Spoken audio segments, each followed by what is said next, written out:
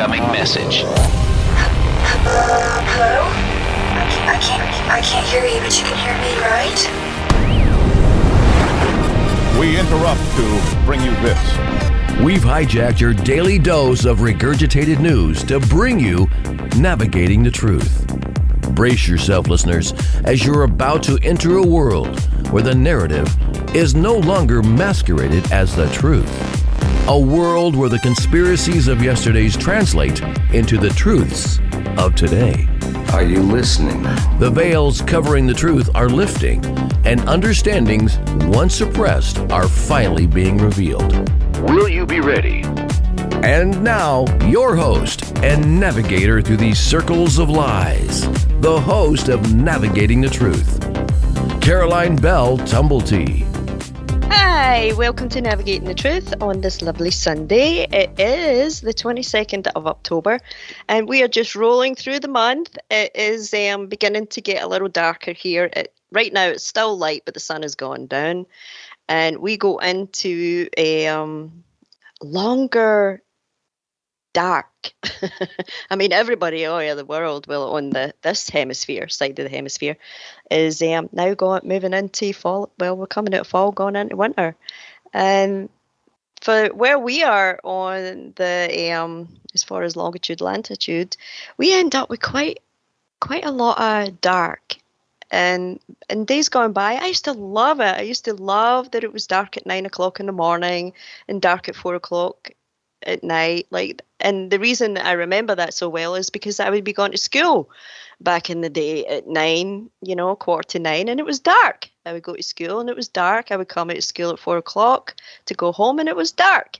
So, but it only lasts like maybe 3 months, and then we start moving into more daylight.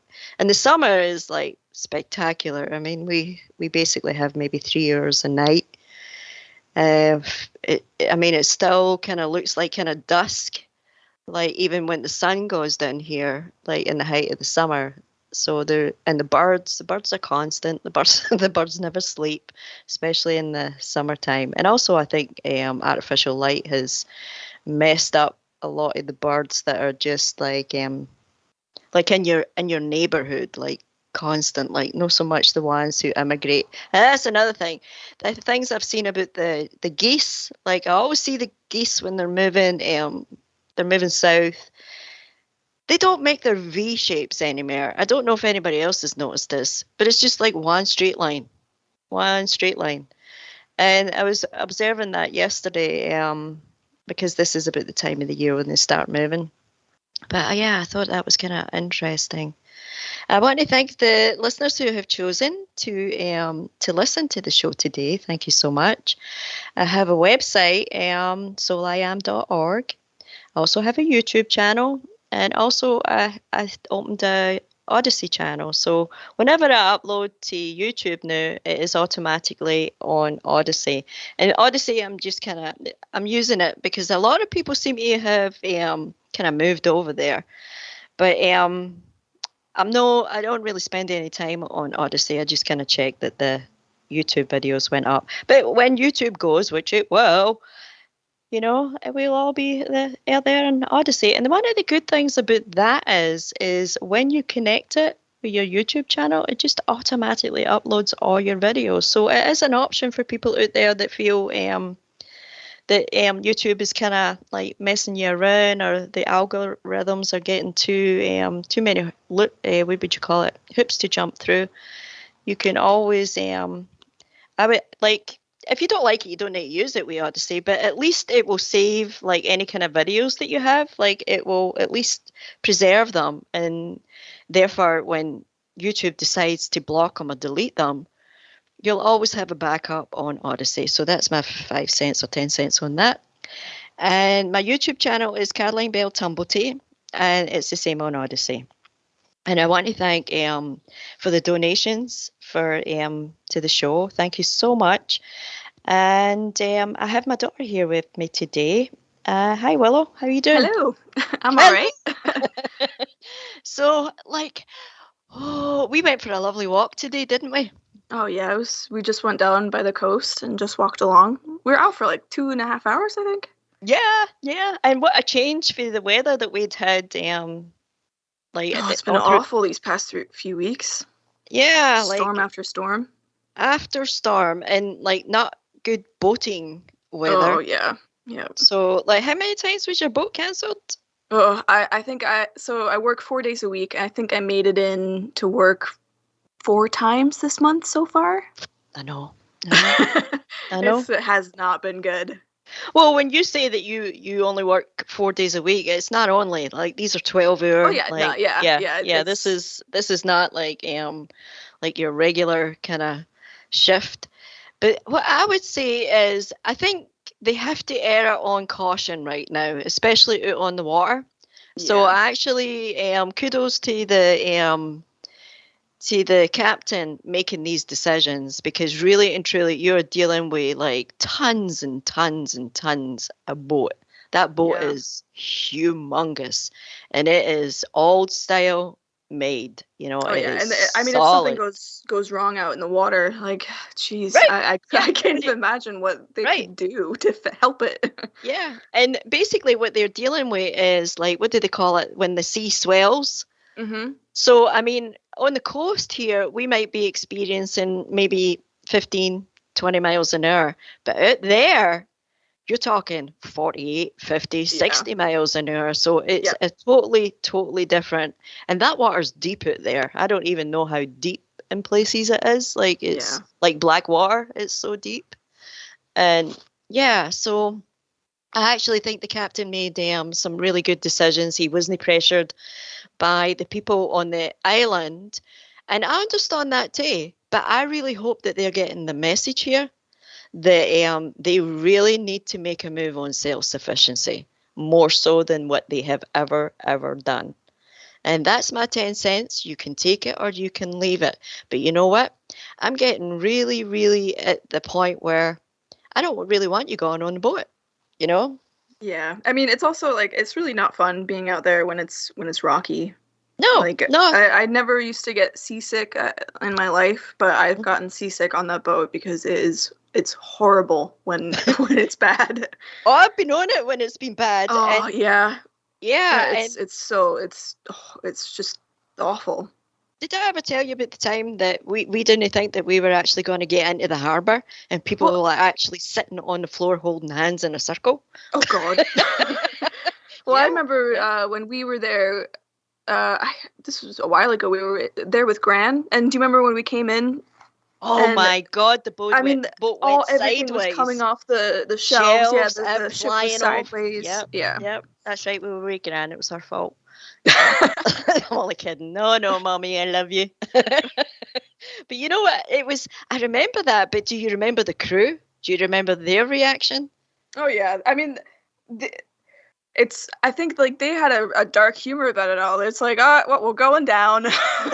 Yeah. But I remember the girl who was, the woman who was at the counter there, her eyes got really, really white because glasses started smashing. They were coming down. And Stephen, do you remember looking out the window and we were actually on our side? Yeah. Yeah, we were like walking from side to side. You could only see the sky. You couldn't see the water. Where'd the water go? Yeah. Where'd the land go? We're all like, the best thing to do is just like, don't look out the window. Oh, I know. Yeah. And hold on to your seat. Maybe they should start supplying seatbelts on these. I wouldn't want to be strapped in. Oh, yeah, right. Because I just had that thought there. No, that's kind of encouraging them to go out in bad weather too. Yeah, it's okay. It's like a roller coaster. You're strapped in. It's fine. No, it's not fine. Not fine at all.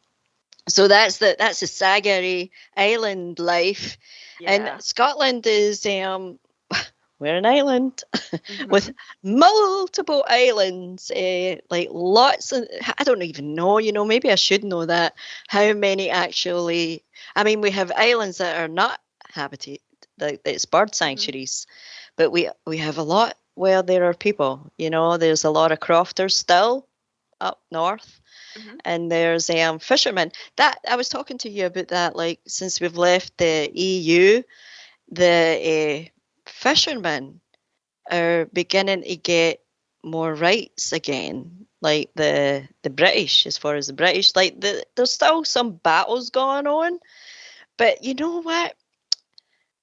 I don't know about the health of the sea anymore. You know, I Yeah. used to be pretty I used to feel that whatever was going on, that the vibration would shift and things would correct themselves. And, you know, but I look at it now, it's really, really obvious that the coastline is changing, for one thing, and it's being manipulated to be changed.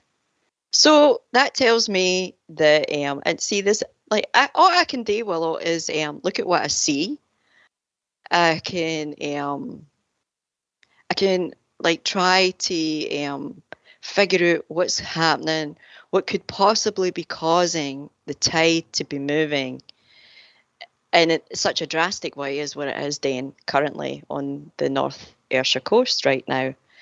And there's a bunch of things that have happened. There are walls and dikes and stuff that have been built that were built like during COVID when we were in lockdown, and that pretty much redirected some of the tides because it's all tidal pools here too. Like we've got a lot of bay area, but these tidal pools are important. We were just talking about that the day when we were on our walk, like how important these actual tidal pools were. But one of the things, and this was actually back in April, were you with me that day? We took that walk. We walked right through the three towns, but we did it with the promenade. Like we just walked the promenade, and when we hit a certain part, we won't mention the town, but when we hit a certain part, do you remember all the sanitary napkins that were piled up that came over the wall Yeah. when there was high winds? You remember that?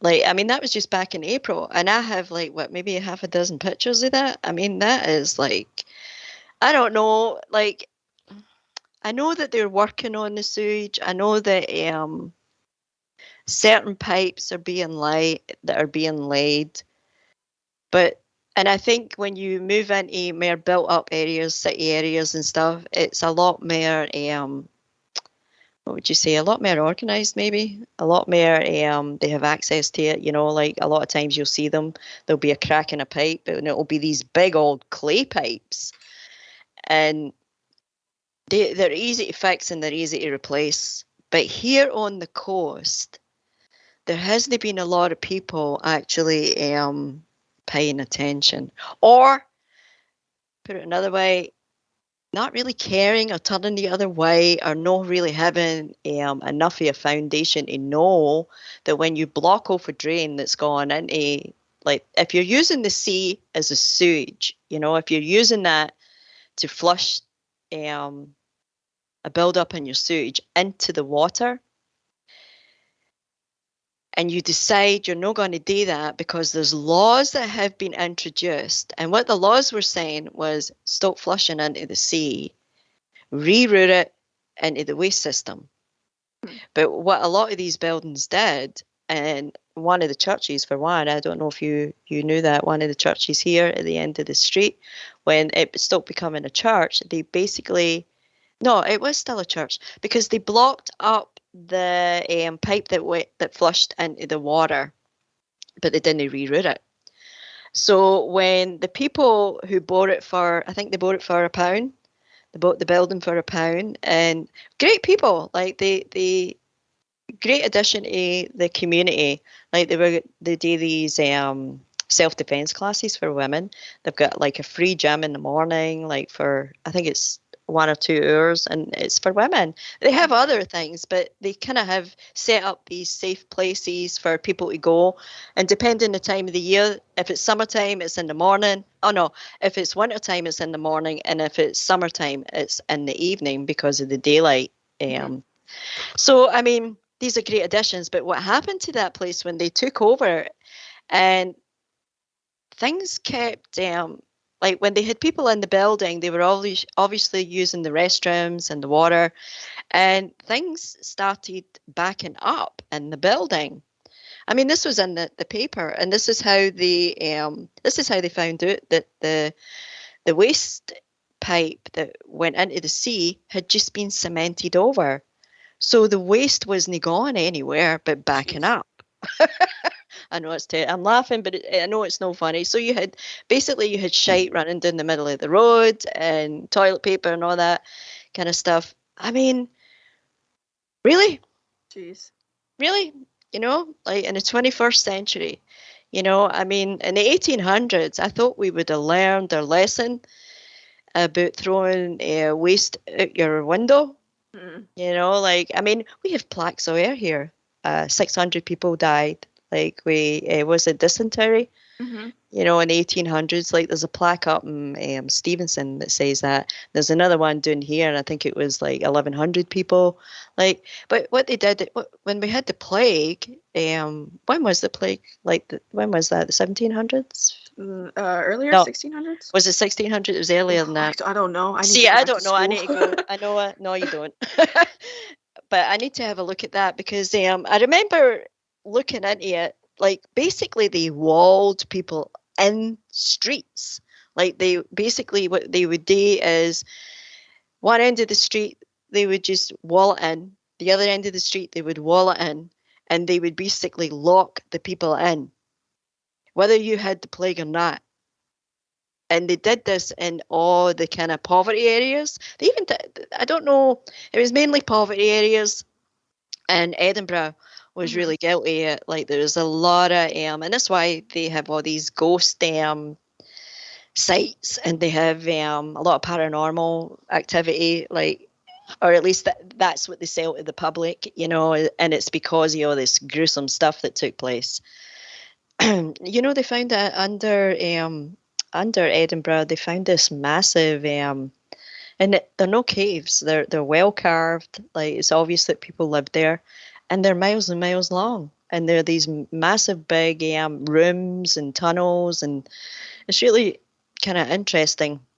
And there's entrances to it, like not just in Edinburgh, like in the middle of the country. But I also knew that the castle here had tunnelways that went under and went to the other castles that were maybe in Largs or further up, like is it Fairley? Fairley. So, I mean, we have this. We have all these systems that there was a point where maybe living underground was necessary. I don't know. And I don't think we'll ever know. And I think it's all deliberate, all this misinformation, all this history that will take you down a path that's just nonsensical. There's nothing in it except like somebody's story. Somebody's story that it serves some purpose for people to believe this. And I'm kind of at the stage now where, that was the other thing we were talking about when we were walking, like how there's always when we look at these fabulous structures all air the realm, and we think to ourselves, who built them? How could they build them?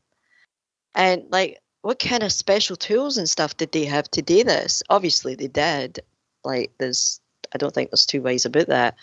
They obviously did have access to technologies that allowed them to build these structures. And it wasn't just in one place, it was all over. And I don't think that they lost the ability of these technologies. I think they became, what would you say, selective on where they would use them. Does that make any sense? You know what I mean? I don't think, there's this whole idea that we had to have had help from somewhere. I think it's us. I really do think it's us. And I think it's always been us. And I don't think that, I think we have multiple species here. I don't think we have just one, and it's no races. I'm talking species. And I think it might have always been that way here, And now I'm thinking that these great architects of the past never left. They never ever left. They're still here in some form or another. and the technology has always been there. And I think maybe I don't know, I don't know. And maybe I should just stop talking about it right now because I don't know. And I can go down so many rabbit holes that, and I'm kind of tired of it. There's a lot of doo-doo in there, a lot of rabbit doo-doo. So, what about you, Willow? What about me? How have you been feeling about you talked to me a wee bit today about how one of the things that you had noticed had happened since lockdown was like claustrophobia, like a sense of claustrophobia. Yeah. I'm not so sure if it started in lockdown, but it's something that I've noticed recently. Mm-hmm. And I especially noticed it when I went to the Tenacious D concert in May. Mm-hmm. And like I had been to the TWRP concert before and I had a blast. I was dancing away. I was fine. But when I went to the Tenacious D concert, there were 30,000 people there. So it was a much bigger venue. Mm-hmm. But I could not be in the crowd. I had to step away. I had to be in the back. And I just I was getting so anxious and my heart was beating and I was getting really hot. And then it was like, I just started to notice it more and more that I've started to get very uncomfortable with people being in my space and also cramped spaces. Yeah. Well, like there's, I think there's an element, like no really knowing the state or the mental state of the beings that are like, especially in a crowded situation. Like I think and I blame the media a lot for that, like this mistrust of each other. But I think you have to at this point. Yeah. I think that we have to like kind of honor how we feel. Like if you feel that crowds are not your thing anymore, like then it's not your thing anymore. But that's not to say that someday maybe you'll change your mind about it again, or maybe you'll feel differently about it. But I would trust how you feel about that, Yeah, I just don't like that it's getting in the way of things that I really enjoy. Like the concert when I was in Spain and I was getting anxious in like the small streets. Like that I don't like feeling like that. And these are things that I enjoy. So I want to go back to enjoying them. I don't think there's any going back, Willow. I think what is evolving is, and we do have a part to play in it all. And we just go to kind of, I'm not going to launch into it because we are coming up on a break. And I want to thank the listeners who have chosen to listen in. This is Navigating the Truth, and we will be back in 3.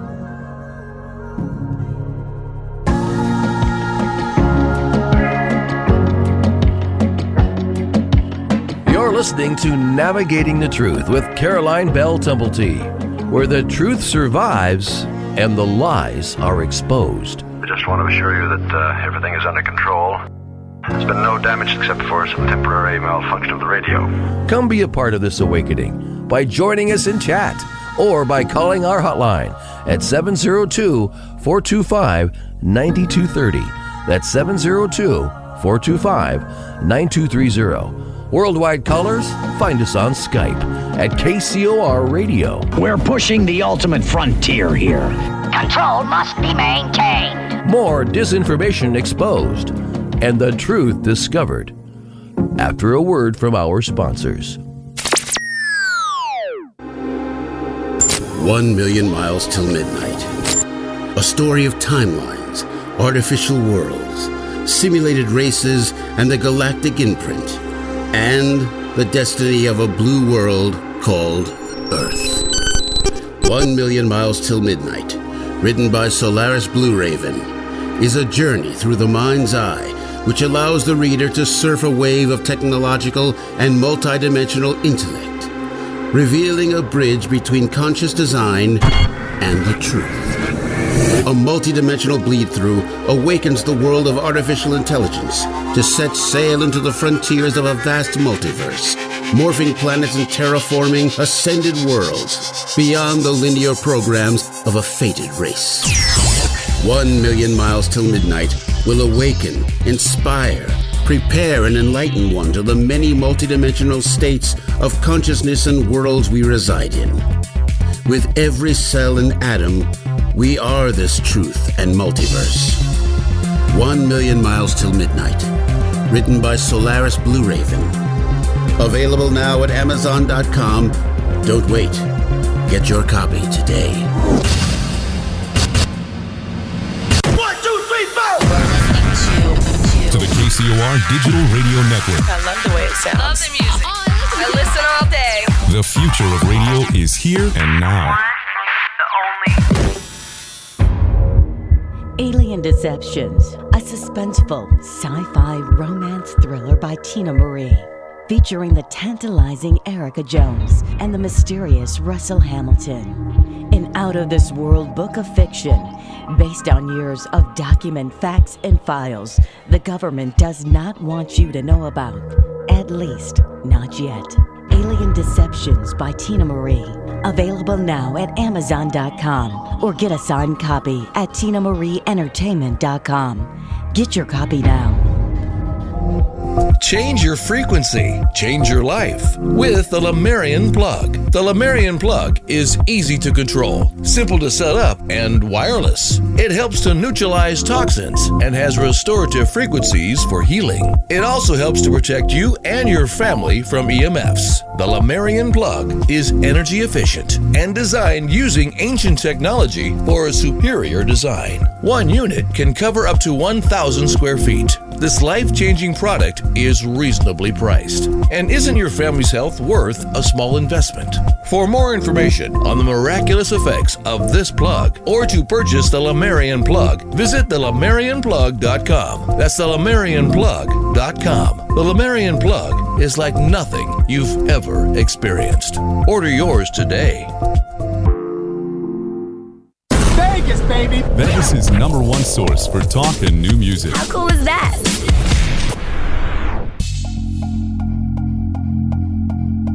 Going live in 3, 2, 1.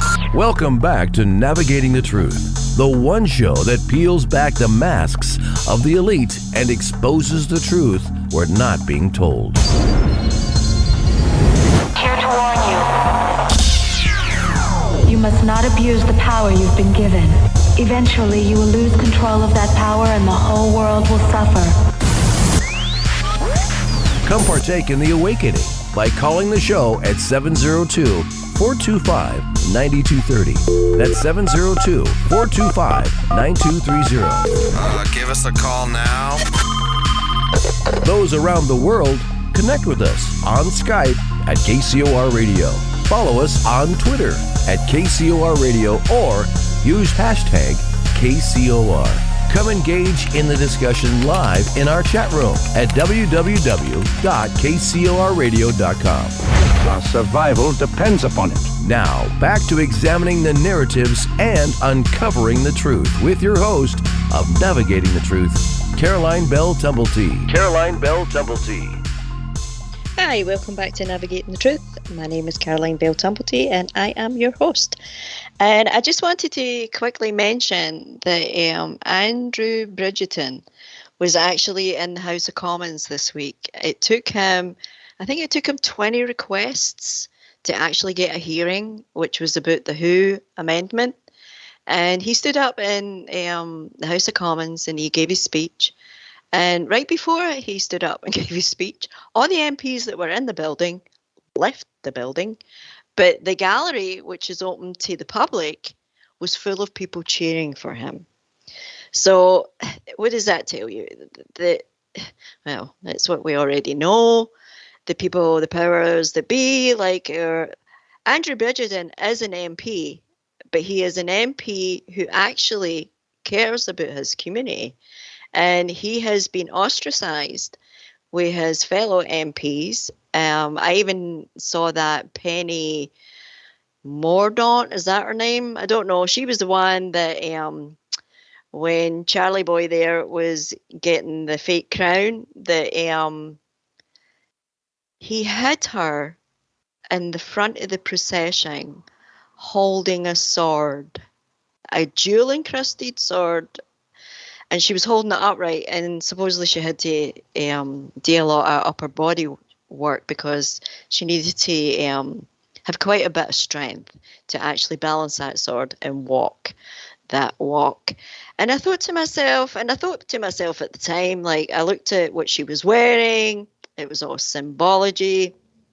Same with the sword, almost like is it who is it? There's a statue that has the blindfold, and that she has the scales in one hand, maybe the sword in the other hand. She reminded me of her in some way, and she had the pattern a laurel, the laurel leaf, on the collar of her dress and also on her hat. And oh God, I went into a whole thing there. And I just wanted to say that she actually stood up in Parliament a few months ago after Andrew Bridgerton was calling for this hearing, because I think everybody should be nervous about this amendment that is being made. And it's all around the world. I mean, the WHO is basically going to be deciding what happens if there is an outbreak of just about anything anywhere, and they will be making the decisions on how how we're going to move through it. You know, lockdowns, closing things down, mass, anything that you can think of that happened in the 3 years ago, 2 years ago. It will change, and it will become much, much worse. Believe you me, if the fact that they are pushing so hard for this and nobody even knows the deadlines or anything, like, it's really hard to find the information. It's hard to sign a petition. Like I sign them, I send them to my MPs. A lot of times I get them back and they say, oh, this isn't ours, this is for Westminster. It's just a lot of nonsense. You just keep doing it, because the MPs here have to represent the people. If you request it, if you send to them, I want to be represented in the House of Commons, they have to get up off their chair and they have to travel there and they have to sit in the House of Commons and they have to be present. So you have power, people. Use it. They do try to shut us down. They try to throw the emails back at you. They try to say, oh no, that's not us. Just be persistent. Don't give up and keep doing it. But that Penny Mordaunt 2 months ago, she basically stood up and accused this guy of nothing but conspiracy theories. And I thought to myself, you freaking bitch. You know, who are you? You know, like, who exactly are you? Like, holding the sword with the fake king and the fake crowns and the fake everything, you know, like, I mean, really? Really, really, really. Anyway, that's my 10 cents on that. And Andrew Bridgerton did an excellent job. Anybody want to go and there's plenty of videos on YouTube that show his speech. Like, some of them are down to like 5 minutes and just kind of recap it. And at least it's a step in the right direction. And he will be back there again. And if we pressure them enough, we will get our way. You know, where we will not be part of the WHO. Now, if everybody else becomes part of the WHO, then basically the UK will become like, what would it become? It would become, oh, who the heck knows anyway. Hi, Willow. How you doing? Hi, I'm good. Ranting away here. But I wanted to let people know about that Andrew Bridgerton, that he actually, what a brave man, what a brave soul, like, to stand up alone like that, you know, for his constituents. Like, we need more like that. And that's what they're supposed to do, you know? That's what they were, like, basically in that position today, is to listen to the people, to actually have the ear to the ground and know what's going on. You know, if, but they don't, you know, like, they don't even do their own shopping, you know? They have no idea what things cost anymore or how difficult it has become for people. It's all bizarre. And I don't really understand half of the logic. Like, I mean, we're witness to, now this is one of the longest streets we live on. And it's a wide street because back in the day, They had the horse and caps that had to turn around, the milk carts and stuff that had to turn around in the street. That were and there was a lot of farms here. There was a lot of fishermen, but I mean, it was a coastal community. It wasn't thousands and thousands of people, but their planning was such that things were wide enough for progress to happen. So we actually have a really wide road, whereas a lot of the roads in Scotland are too narrow for 2 lanes, let alone 3 or 4. They're just, and basically some of the areas you have the road almost up to the building. You've seen that, right? Some of the towns here, there's barely a pavement. Mm-hmm. The road is Milo in the room? Were you there? No, he's okay. All right. But you know what I mean? Like, it's almost like the progress wasn't really counted in with these buildings in some cases. But they blocked off a part of the street here. Would you say it was about a year ago? They put down these, what would you call them? These massive iron, like a block, right, on part of the road. And the reason given is that eventually we're going to have like a bike lane, which is not a bad thing. It's not a bad thing. And this road is certainly wide enough to accommodate that. There isn't going to be there'll be a problem for parking because most people have 1 or 2 cars. And this street doesn't really have garages. We used to have garages in the back that were like separate for the buildings, like we individual garages, but they knocked a lot of them down. So there isn't really any garages for people. And with the bike lane, we might get a situation where you're only allowed to park on one side of the road and not the other. Mm-hmm. But back to these contraptions that they put here on the street, and they did this about a year ago. My question is, how much is that costing? Because that's definitely costing. You know, like they're not free. They've hired them for somewhere because they will be removed and back to wherever they hired them for. This is what I mean about like the wastefulness. There just is a waste. Like it's just a waste. That's my opinion. What do you think, Willow? Yeah. Yeah. You know, I was looking for good news. Like, I was looking if there was any good news. There was beavers that were rescued. Oh. Yeah, that's kind of good news. That was in Somerset, I believe, that they had ended up in like one of the flood drains with all the water that we had. And so there was a bunch of people, like Good Samaritans, that go out there and rescued all these beavers. And there was a young boy taking his dog for a walk, and his dog disappeared down a 30-foot like sinkhole. And again, that was down south. I think a lot of this is being caused by the amount of rain. Like it's kind of washing out a lot of things, and yeah, like here we did have some flooding, but not where we are. We had cancellation. No. Yeah, we had cancellation of trains, cancellation of boats, but I think it was more the East Coast and not the West Coast here. Yeah, I know over really, on Erin, the roads, some of the roads, like there were some landslides. Yeah. So some of the roads were closed. Yeah. You know, I remember a few years ago, they actually got snow on Arn. Mm-hmm. Like you probably work. You see it on GoFell all the time. Well, that's like frost at the top of the mountain, like the white. They actually got snowfall, like accumulation, inches, and the whole place came to a standstill because they didn't know what to do with it. Yeah, they all just stayed until it melted. They couldn't drive on the roads because no gritters, no sanders, like no the way it is in America. Like like they've got that's a well-oiled machine there, oh, yeah. like, especially in the mountain areas where we I know. were. Sometimes I wished it wasn't as efficient because I didn't want to go to school, but the plows would already be out and the roads would be clear by the time I'd be getting ready. Oh yeah, but you got quite a few snow days. I think you got quite a few snow days.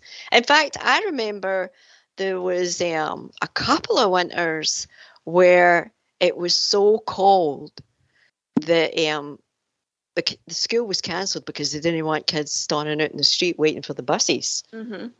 It was that cold. I remember that. Like, it wasn't because of snowfall or storming. Yeah. It was because it was so freaking cold. And, there was a difference with the cold there than the cold here. It was kind of an insulating cold over there. Mm-hmm. Like, if there was snow on the ground, it felt, I don't know, like you were kind of insulated. Yeah, it didn't feel as cold. Yeah, but here it's bitter. Bitter cold. Different kind of cold. It's your great granny Belle, wee Maggie Brown there.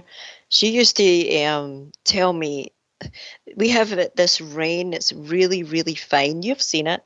Mm-hmm. Like it's we get it a few times in the year, different times of the year, and it basically drenches everything.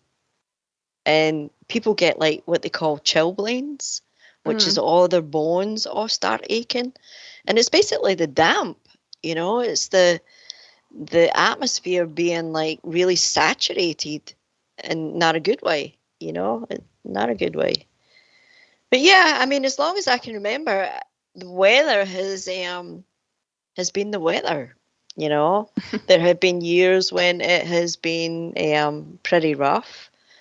And there's been years where we barely have winters, or we barely have summers, or we have really wet summers, or really hot, dry. Like, I mean, I'm 61. I've seen quite a few different weather fronts move in, move out. I remember the very first Earth Day. I was at school. I think it was 1972, April 22nd, 1972. And our school took us for a picnic at the reservoir, which was the water that fed the city of Glasgow. And they called it Mullingaby, or Milgai. I call it Mullingaby. It's Milgai.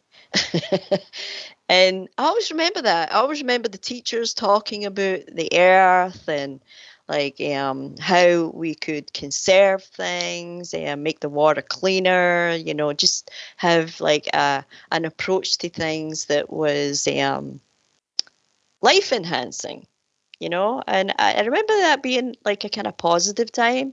Like, it wasn't a time where we were all like, the earth is going to end in 10 years.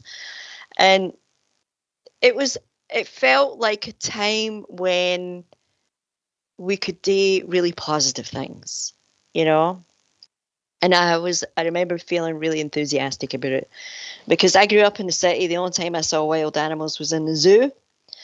And I mean, we have birds. Yeah, we have hedgehogs, we have hares, we have foxes. But we don't have, like, we used to have bears, but we don't have bears. Oh, but we do have black panthers. You've seen that, right, Willow? People taking, yeah, they're up in the north. Like, they've been spotted more than once. That I don't know if it's like a family of them that's there, or maybe it's a pack. I have no idea, but they have been spotted. They're not cougars, they're panthers, they're black. And they're in the mountains, they're in the highlands. So they are. So we have a predator because we don't really have a natural predator here anymore, except for man. I mean, in this country, like we used to have wolves, we have badgers, right enough. They can be pretty predatory, and we have beavers, we have otters, like we have